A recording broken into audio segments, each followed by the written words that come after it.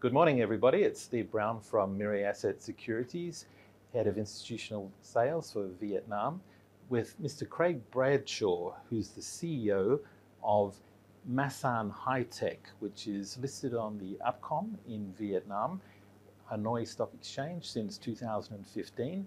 And Craig joins us today after having been with one of the largest Australian mining companies in its time, Mount Isa Mines, 12 years. Also proceeding with this company.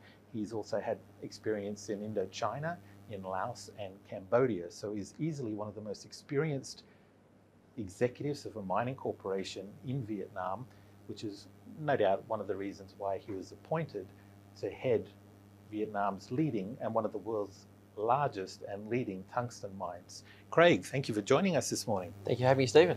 Thank you. Now, you've had a checkered history. As I just quickly referred to, you work with Norman Colden Fussell, yes. One of the most highly regarded executives in Australia's corporate history of the 20th century, and 12 years with them after graduating in Australia. Now you're head of the leading tungsten mine in Southeast Asia, if not the world. Can you just explain to us, before we deep dive into what you're doing with the crew at Masan High-Tech, what brought you to Vietnam? Yep, sure. As you alluded, I spent 12 years with Mount Isa Mines in Australia, and that was a great entree into mining, mineral processing, because the size of the company and the different materials they were into, I got exposed to everything from exploration to mining to flotation to smelting to refining to marketing. And so did that for 12 years, then went and joined Toll, worked in logistics with Toll in mining, in rail.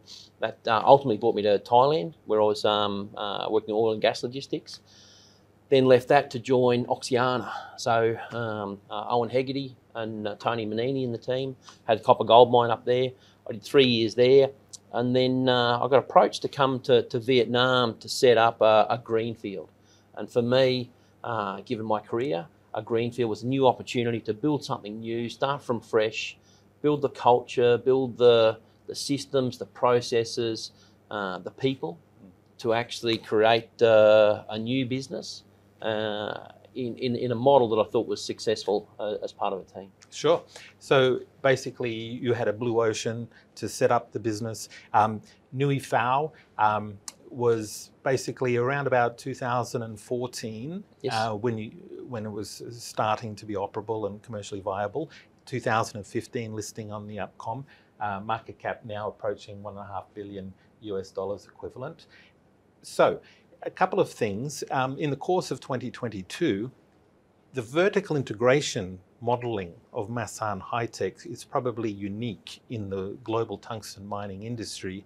You can do everything from extraction to now through HC Stark of Germany, the fine processing. But the recent news, which is very exciting, is the EV battery inclusion through the Cambridge University founded Innovation Centre that you've got the investment through there, over 50 million US that you've invested so far. Can you just expand upon the technology and innovation inclusion of what you're doing? Yep, certainly. Within the business, what we'd always looked at was starting in mining, then moving forward down or up the value chain, right? And obviously, the closer you get to the end-use consumer, the greater the value accretion to the product or what you're selling. The other aspect is the greater the differentiation of your product, right? We fundamentally believe there's only two ways you can compete in the world. You compete on price, or you compete on the fact that your product is superior to everyone else's product, right? And ideally, you want 2 to 3 inbuilt competitive advantages to open up better market and more opportunities. And so we'd started to work with one of the reasons we acquired HC Stark was because of their research and development centre. They're also the leader in recycling of tungsten. And we saw that it was important to position our business to participate as the world goes forward in more and more in sustainability and recycling. And so we saw that move into tungsten recycling as creating one of the pillars for us to be successful in the future, and to then expand from recycling of tungsten to recycling of other materials. Also, within that, we saw opportunity to participate in advanced materials. And that's how we came across and started working with a variety of different battery manufacturers, not just NYOBOLT. And different battery manufacturers were looking to incorporate tungsten in their battery to stop dendrite growth, which impedes battery performance and impedes its life and its rechargeability. And some companies were looking at coating the cathode with tungsten. Some were looking to include tungsten in the electrolyte. And some, such as NYOBOLT, were actually looking to replace the anode, which is normally made of graphite, with tungsten, in this case, a tungsten niobium bronze. So we had worked with them on the supply side of tungsten. We had worked with them in providing a recycle solution to their product at the end of life or in waste from manufacture. And the more we work with them, the greater our understanding of the uniqueness of the battery that they have developed and why it is superior. Now, it won't be the battery that solves all problems for every aspect of battery. However, its niche is in anything that requires fast charge, fast discharge, that requires long life. So the battery itself, if you imagine your phone normally degrades over a 3-year period, whereas when you first buy it, you can charge it to 100%. Within 3 years, you can charge it to about 50 to 60%. Right? If that had a NYOBOLT battery in it, then you'd be charging it at 100% all the time, right? And its lifetime is 10 times as longer as conventional batteries while maintaining that 100% charge. And so there's a certain amount of stability and other elements that go into providing that superior battery. And from mobile phones to laptops to cars, and motorbikes and yes. cars, trucks, excavators. If you look at big equipment, right? If you imagine earth-moving material equipment, trains, where you want regenerative capacity from the braking systems back into the battery, where you have to generate a lot of power very quickly, and you want to capture all that, you need a fast charge battery, right? Equally, when you want to draw from that battery very fast for a lot of torque, a lot of energy, then you need a fast discharge battery. That's where this battery is unique and provides a significantly better performance than any of the other batteries that are operating in that space.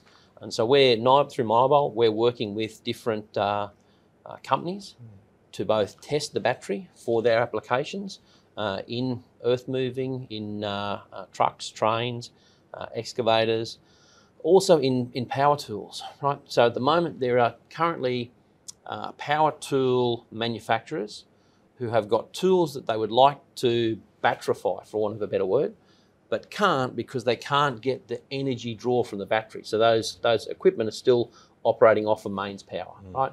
And this battery enables them to actually make that change and that transition from mains power to a batterified power tool. Got it. So Ryobi and all of the big tradie tools that they use, you can even go down into that market segment. Absolutely. As well. Right. And if you think of that market, if you buy a power drill today, normally you're buying 2 or 3 batteries with it to actually get, or a tradesman might be buying 4 batteries to get the utilisation of that piece of equipment. Right? With our battery, you can get away with 1 battery to do the same performance of 2 batteries, and instead of taking 4 hours to recharge, it takes 5 minutes, right? So a tradie stops for a break every hour for a cup of tea or a cup of coffee, or a vape, depending on their persuasion. Then they can plug it in, be recharged within 5 minutes. Excellent. Now, so that kind of opens a Pandora's box of where do you see Masan High Tech going in the next 5 to 10 years? Yeah, it does. Look, when we started the mine was about, if you like, unlocking a national treasure. And when we built New EFAO, it was the first new tungsten mine to come into commercial operation in the Western world in 15 years, right? And currently, it's still the only large tungsten mine to have come into operation now in 25 years in the Western world. Others have started, but have failed and stopped, right? So it is unique in that sense. And on the back of moving into, well, through HC Stark, the recycle, last year, take 2021, because I've got the full data for 2021, the global market was 140,000 tonnes of tungsten. We did 19,000 tonnes of tungsten.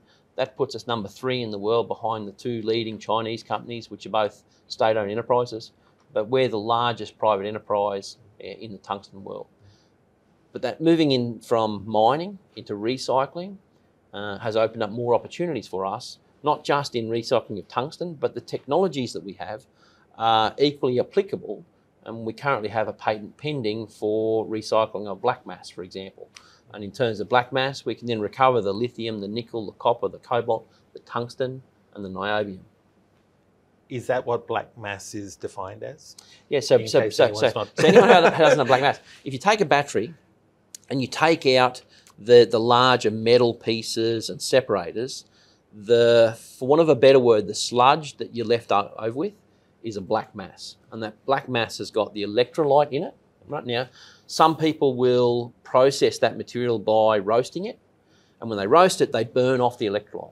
And in our opinion, you're then burning off material that should be captured and recycled, right? And so we've got a wet hydrometallurgical process that enables us to recover the materials from the electrolyte, but also from all the other component parts that are inside that black mass, right? And so within that black mass is lithium, copper, nickel, cobalt. If it's a NYOBOLT battery, it'll have tungsten in it and it'll have niobium. And part of the reason we went into that is because NYOBOLT needed a recycle solution for their product. We also were looking for recovery of cobalt from cobalt sludges, which we already produce. And we wanted a better process to be able to recover those materials. And that's what we've developed, and that's what we've currently got a patent pending for. Got it. Okay. So at the moment, you're listed on the UPCOM, which is the Hanoi exchange. The 2 exchanges recently have combined to the Vietnam Stock Exchange. But that said, do you have any thoughts or vision of maybe advancing or switching to the Ho Chi Minh Stock Exchange for Masan High Tech?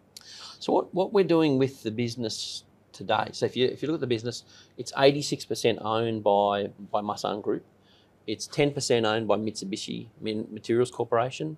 And then the balance of about 4 or 5% is the free float on the market, right? And so part of what we're looking at is where do we take the business, right? We've got different strategic players who are in various discussions with us about where we expand and where we go. And there's reasons why, because our business is unique, there's a number of parties in the world who we would be a complementary fit, as well as potentially us further expanding ourselves, similar to how we've grown in the past with the acquisition of initially the joint venture with HC Stark, then HC Stark, now NYOBOLT. There's different paths we can go. And really how and where we list will be determined as an outcome of what we're trying to achieve as a business, as opposed to a precursor, if that makes sense. Got it, exactly. And for my 5 cents worth, I think the way that you've been advancing the business to date is exemplary. And just to have to feel compelled to welcome on board passive asset managers who don't really know about the business, unlike yourself and Mitsubishi, I think would probably, maybe, no disrespect, be a backward step, because you would probably want to partner with like-minded corporates who know the business, whether they be automotive companies or whether they be energy companies, so they can participate proactively in the business and help advance its market share and distribution. Absolutely. Look, one of the challenges, and this is no disrespect to any markets, right? One of the challenges is when you're building something with a long-term view, right, then you have to have the belief in terms of how you position your business, why it makes sense, why the world needs what you're doing, right? And within that, if you've got focus on a week-to-week or month-to-month or quarter-to-quarter result, right, without looking at that horizon, you can lose yourself, right? And you can lose what you're trying to achieve. And that's where you need investors who, the day-to-day, month-to-month, quarter-to-quarter is important because you need to get that right for survival, right? But the focus, the big value creation is that horizon outcome, right? And when you put that together and get that network system working and have it scalable, so then you can do it in tungsten but also in other co-located materials, and importantly, materials which are critical or crucial to the advancement of quality of life of us as a species. And when you look at material sciences, life sciences, we need nickel, we need copper, we need lithium, we need tungsten, we need niobium. There's a whole group of materials that ultimately you can't keep pulling it out of the earth, right? You can do that to a certain degree, and you'll have to have a portion of your feed coming from those locations, be that 20, 30%, 40%. But more and more we have to get better at recycling what we've already produced, and that's where we see a significant opportunity. You sound like the Anthony Pratt of tungsten. Mr. Busy, yes. So he's 100% recycled cardboard, Pratt Industries, yes. And leading by example there. Yeah. So, yeah. And look, it's funny, I find that we can learn so much from other people who don't necessarily swim in our lanes, right? And so, I'm a very curious person. I was lucky to work in companies like Mines where there was people who had 30 years, 40 years experience and were really happy to share their knowledge if you were curious, right? And I've been lucky enough to come across people in other industries who are equally willing to share their knowledge, and you can take, in a lot of cases, things that they've done very smart in cardboard recycling, for example, or in other mineral processing or other material reprocessing facilities, and learn from that and apply that to your own systems and processes, right? And so, a lot of the time you don't have to invent this new system yourself. You can look at what's worked in other locations and copy it and make modifications to it. But more often than not, it'll work quite well. Sure, just a little bit of reverse engineering and modification, and then you got it going. Well, we see it in the technology space. When you look at technology, have a look at technology that's, venture capitalists are classic. They'll look at what's worked in one location, say in the US, and then have a look at who is doing something similar in China or in Europe, and look to replicate those what's successful, right? Sometimes there's no magic pill. Ideally there is, that you've got a new science, and that's where, as a company, HC Stark has got a lot of patents, right? And off the back of those patents, that gives us a competitive advantage. But beyond that, getting the systems. Excellent. That segues into one of the wrap-up questions, the synergies that you see moving forward of HC Stark and NYOBOLT. Yep. Look,